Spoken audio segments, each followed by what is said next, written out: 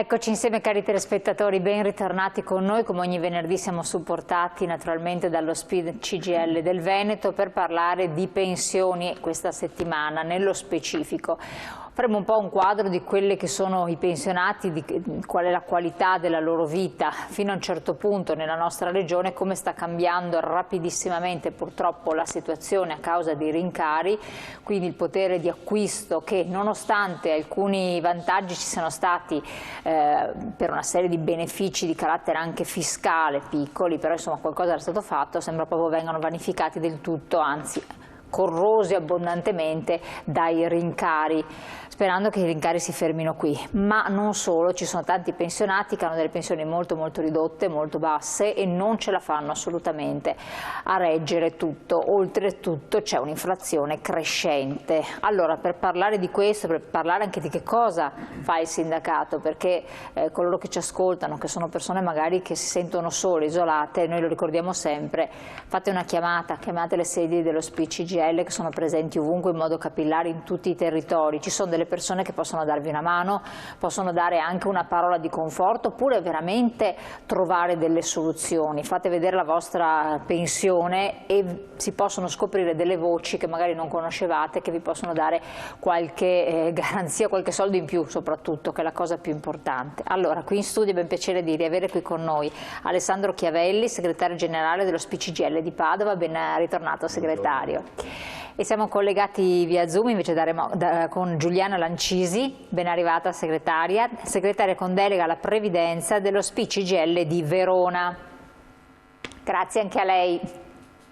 Grazie, buongiorno, ciao Alessandro. Ciao.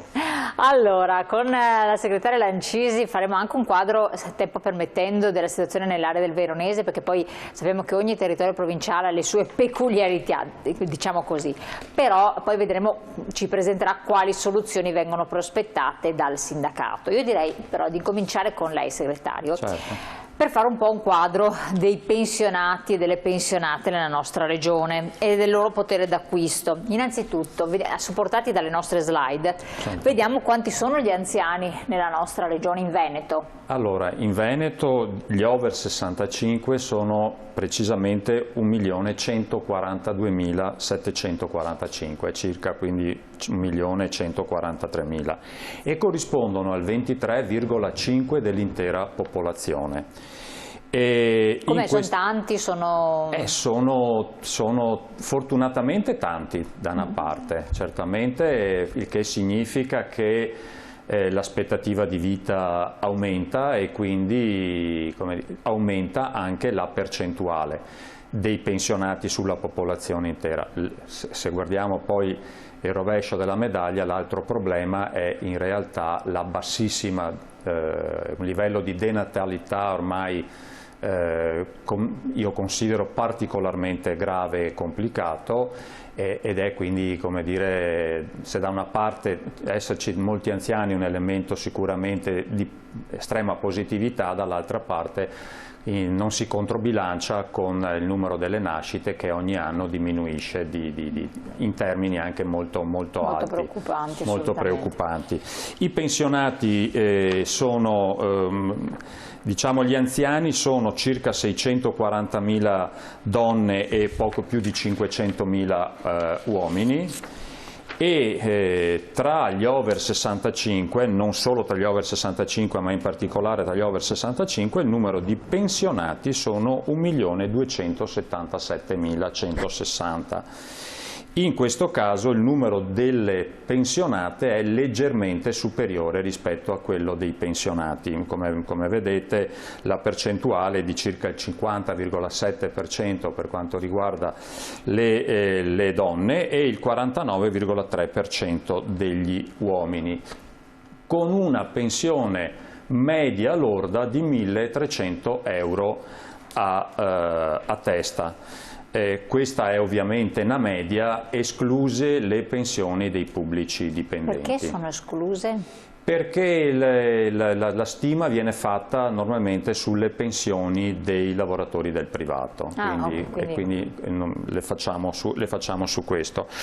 L'elemento importante poi da sottolineare è che più della metà precisamente 666.437, sono meno di 1.500 euro lordi al mese. Che vuol dire netti quanto sarà? Saranno intorno ai 1.200 euro circa, 1.200-1.250 euro. In questo caso però la situazione, come dire, si stacca molto tra quella che è la situazione delle pensionate e quella dei pensionati, nel senso che oltre il 65% delle pensioni delle donne è inferiore a questa cifra, mentre lo è solamente per il 34,8% degli uomini, perché qui c'è un primo elemento su cui è utile fare una riflessione, cioè che la pensione media delle donne è nettamente inferiore rispetto a quella degli uomini. Quindi non è calcolata la reversibilità in questo? All'interno di questo ci sono anche le pensioni di reversibilità che, come sappiamo, sono in percentuali nettamente di più tra le pensionate. Però un elemento sul quale noi facciamo non solo le riflessioni ma anche le rivendicazioni che stiamo portando avanti è proprio l'elemento che più ci preoccupa, è quello che è tra le donne, tra le pensionate donne, che c'è il più alto numero di pensionati poveri o estremamente poveri. E questo è un elemento sicuramente su cui noi riflettiamo, ragioniamo e rivendichiamo nei confronti del Governo e del Parlamento. Anche in proiezione futura poi, perché quando si parla di aderire a Opzione Donna, abbiamo detto più volte, bisogna fare delle riflessioni molto attente, perché poi si prospettano situazioni del genere. Assolutamente sì, nel senso che la prospettiva è che la forbice si allarghi ancora di più.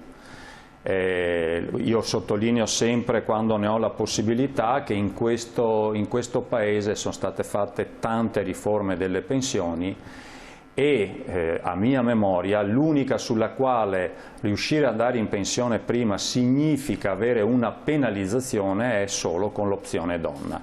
E anche questo la dice lunga, insomma, rispetto all'atteggiamento che ha il legislatore nei confronti delle lavoratrici e delle donne. In questo proposito volevo chiedere l'intervento della segretaria di Verona, sia perché è donna, sia perché magari il territorio ha delle caratteristiche. Anche voi avete questo dato, questo riscontro nel veronese di tante donne in situazioni anche di difficoltà economica?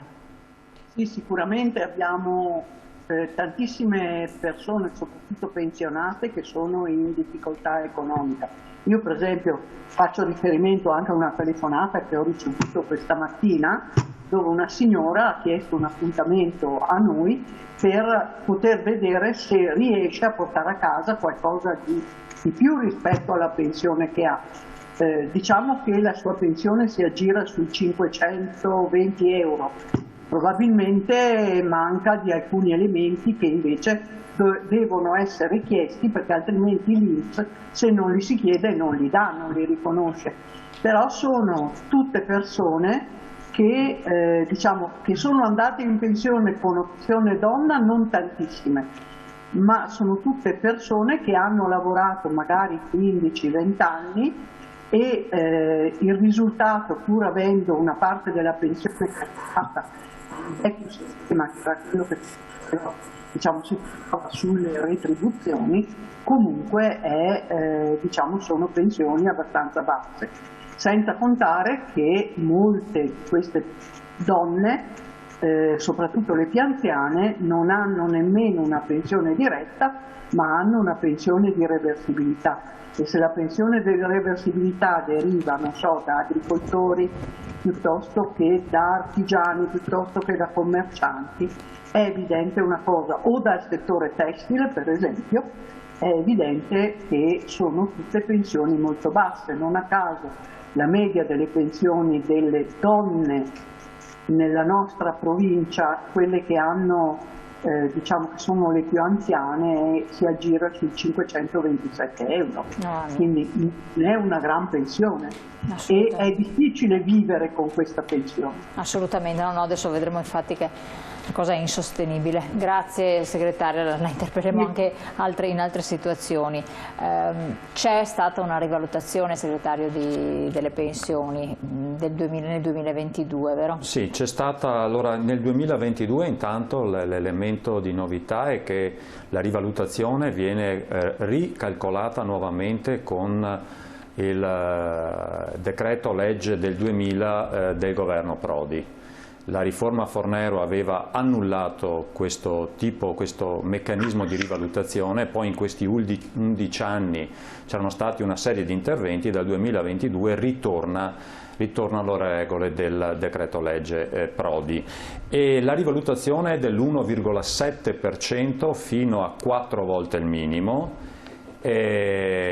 questo al 100%, mentre da 5 volte il minimo l'1,6% e da 6 volte in su l'1,5%. Anche qui il calcolo per la rivalutazione è stato fatto fine estate del 2022 e quindi 1,7. Oggi noi sappiamo che l'inflazione vera è di circa il 4,8% su stima nazionale e nel Veneto siamo intorno al 5,2%. Sì. Quindi la rivalutazione è stata finalmente tenendo conto dei requisiti e dei criteri del 2000, ma in realtà poi la stima è una stima che è lontanissima da quella che è la realtà.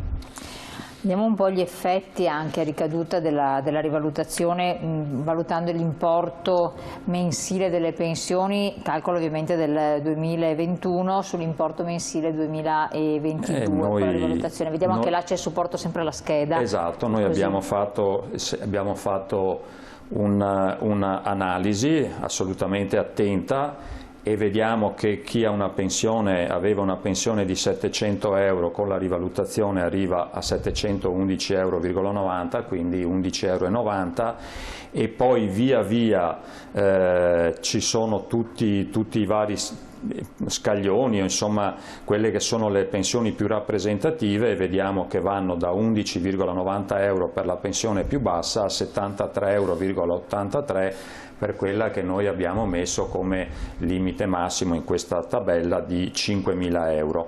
Quindi sono rivalutazioni assolutamente non soddisfacenti rispetto appunto a quello che da una parte, come dicevo prima, è l'elemento di inflazione reale, e dall'altra parte perché una serie di blocchi che si sono effettuati dal 2011 in poi sulle rivalutazioni proprio per effetto della riforma Fornero fa sì che anche oggi, quando tu dovessi comunque rivalutarla per come dovrebbe essere, ciò che hai perso in quegli anni non riesci più a recuperarlo, e questo è un altro elemento di assoluta negatività. Tra le altre cose, per carità, proporzionalità effettivamente, però su una pensione molto bassa, una rivalutazione molto bassa. Purtroppo queste sono le regole che in questo momento valgono, e questa è la legge oggi. Torniamo su questi aspetti, seguiteci dopo la pubblicità, tra poco.